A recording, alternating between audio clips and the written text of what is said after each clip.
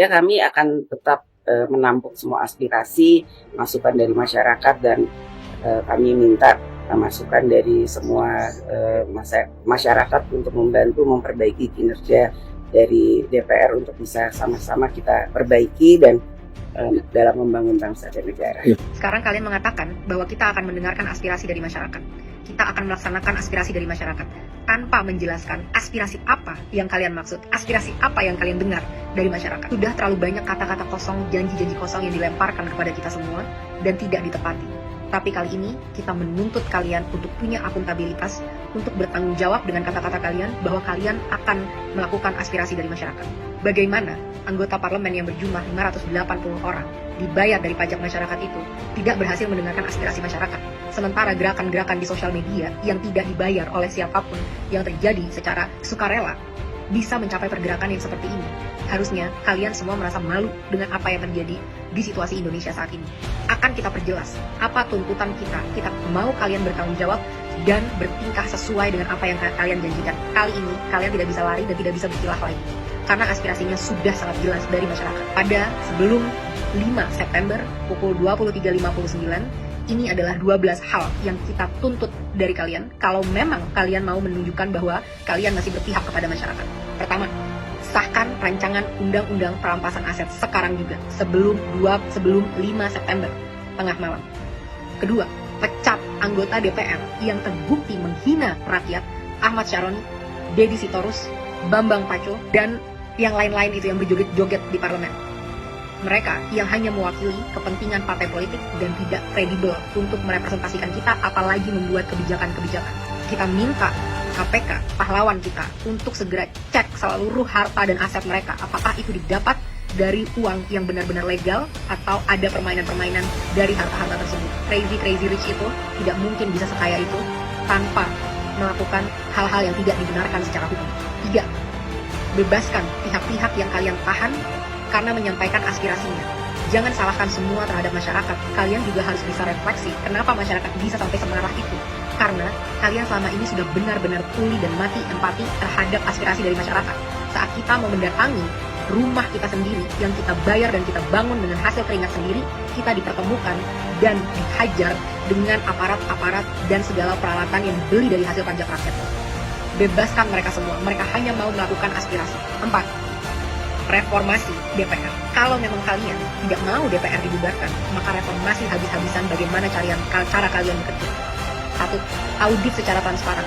Apa isi dari anggaran 9,6 triliun per tahun di tahun ini dan tahun depan? Apa itu? Setiap sennya kita mau tahu dengan jelas. Dan setelahnya, setelah 7 hari, kita mau kalian laporkan penyerapan anggarannya setidaknya setiap bulan kepada rakyat. Kita mau tahu apakah investasi kita itu benar-benar membuktikan dan memberikan kesejahteraan, atau ini semua hanya investasi bodong untuk kepentingan-kepentingan pihak-pihak tertentu. 2. Rampingkan segala anggaran. Tidak ada tunjangan-tunjangan ini, itu, tunjangan beras, dan lain sebagainya. Dan rampingkan jumlah anggota DPR. Bersihkan DPR dari pengkhianat-pengkhianat rakyat. Pengkhianat-pengkhianat bosnya sendiri. Potong semua anggaran yang tidak urgent untuk kesejahteraan masyarakat. Rapat-rapat, kunjungan kerja ke luar negeri, patwal, dan semua itu tidak ada hubungannya dengan kesejahteraan masyarakat. Hentikan budaya gila hormat, karena kalian semua adalah karyawan. Bertingkahlah seperti karyawan. 3. Tolak mantan napi korupsi sebagai anggota DPR ataupun anggota BUMN. Tidak ada lagi penghargaan terhadap pengkhianat bangsa yang merampok kekayaan rakyat. 4. Hapuskan semua perlakuan istimewa yang menciptakan kesenjangan antara rakyat dan parlemen, yang membuat parlemen mati empatinya dan tidak mampu membuat kebijakan yang berpihak kepada rakyat. Contohnya, bayar pajak tidak boleh lagi ditanggung oleh APBN, harus ditanggung oleh individu. Kita tidak mau lagi melihat ada pengawalan khusus terhadap anggota parlemen. Mereka harus bertingkah layaknya masyarakat. Semua hidup kita urgent, apalagi kita yang bayarin gaji kalian dan infrastruktur dan operasional keberlangsungannya negara ini. Kita yang lebih penting dibanding kalian. Transportasi, tidak ada tunjangan mobil, cukup tunjangan untuk naik transportasi umum. 4.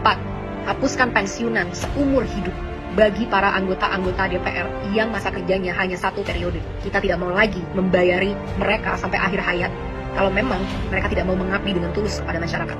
Kedepannya, kita mau KPK atau BPK untuk meninjau dan memeriksa harta dari segala anggota DPR, dan kita mau transparansi yang besar-besaran. Semua rapat-rapat, diskusi, kita mau itu ditunjukkan live secara online ke rakyat. Bahkan kalau bisa, rakyat harus selalu boleh masuk ke gedung DPR untuk mendengarkan dan melihat apa yang karyawannya sedang lakukan. Kelima, tunjangan gaji dan tunjangan-tunjangan yang lain, total take home pay, total yang bisa kalian bawa pulang, tidak boleh melebihi 5 kali upah minimum UMR nasional dari masyarakat. Harus jelas kemana setiap anggaran-anggaran ini, dan kita mau jelas berapa yang diterima. Tidak boleh lagi ada kesimpang siuran yang berkata ada yang menerima segini, segitu, dan lain sebagainya. Harus jelas berapa yang diterima sebagai take home pay, kita harus tahu itu. Keenam, tetapkan KPI, Key Performance Indicator, yang terukur bagi anggota DPR sebagai standar kinerja. Berapa RUU yang harus kalian sahkan, berapa RUU prioritas, dan lain sebagainya, harus dengan aturan yang jelas. Kedepannya, evaluasi dan pecat anggota-anggota yang tidak bisa bekerja dengan benar, yang tidak datang saat-saat rapat, yang tidak bisa menghasilkan RUU yang diminta oleh rakyat. Laporkan semua progress, achievement, challenges secara berkala kepada rakyat. Kita berhak tahu apa yang terjadi di dalam ruang DPR.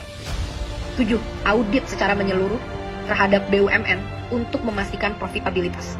Kalian bisa tahu apa yang kira-kira mau diambil untuk ini, tapi BUMN kita rugi puluhan triliun setiap tahun, satu BUMN. Saat banyak BUMN-nya berapa ratus triliun yang dirugikan oleh BUMN ini. Benar-benar tidak capable dalam memanage usaha badan milik negara. Karena komisarisnya hanyalah untuk tukar-tukaran kursi, negosiasi, kekuasaan dari partai politik, tapi bukan diisi oleh orang-orang yang kredibel di bidangnya. 8. Batalkan rencana kenaikan pajak yang sudah sangat memberatkan masyarakat, termasuk rencana kenaikan BPJS kepada masyarakat. Berhenti mencekik dan memeras kita. Saatnya kalian bekerja. 9. Adili pembunuh pahlawan kita, Afan, seberat-beratnya. Aparat harus tahu konsekuensi apabila mereka menggunakan power di jalan yang salah.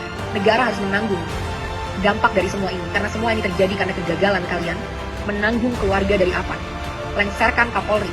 Kapolri telah gagal memberikan komando untuk melindungi masyarakat. 10. Berikan standar gaji yang layak terhadap pahlawan bangsa kita, guru-guru di Indonesia, termasuk juga nakes-nakes di Indonesia. 11. Reformasi kinerja kepolisian habis-habisan. Mereka harus profesional, berpihak dan berempati kepada rakyat, punya kemampuan emosi yang baik, sehingga tidak menyalahgunakan senjata sebesar itu yang mereka punya. Mereka di sini untuk melindungi rakyat, bukan untuk membela kepentingan penguasa. Saat kasus-kasus terjadi, banyak banget yang loyo, lama, dan lain sebagainya. Tapi saat itu tentang demonstrasi, betapa canggih alat-alat yang kalian punya. Betapa banyak amunisi yang kalian punya untuk ditembakkan kepada masyarakat yang membayar gaji mereka setiap hari. Reformasi ini semua. Aspirasi sudah sangat jelas. Kalian punya 7 hari untuk bisa mewujudkan ini kalau memang kalian pantas memegang kedaulatan rakyat. Kita akan buktikan bersama-sama apakah kalian mampu dan benar-benar capable dalam melakukan ini, atau benar apa yang memang kita inginkan untuk membubarkan DPR. DPR tidak harus bubar kalau kalian benar-benar bisa bertanggung jawab dengan kekuasaan kalian dan menampung aspirasi rakyat. Jangan sampai ada lagi darah-darah dari pahlawan-pahlawan demokrasi kita yang bercerceran di jalan. Jangan sampai ada lagi intimidasi untuk orang tidak bersuara di negaranya sendiri. Hentikan segala intrik-intrik politik yang menjijikan dan busuk ini. Mulai bekerja dari sekarang. Buktikan 7 hari dari sekarang, mampukah kalian bertanggung jawab, pantaskah kalian digaji dari duit masyarakat.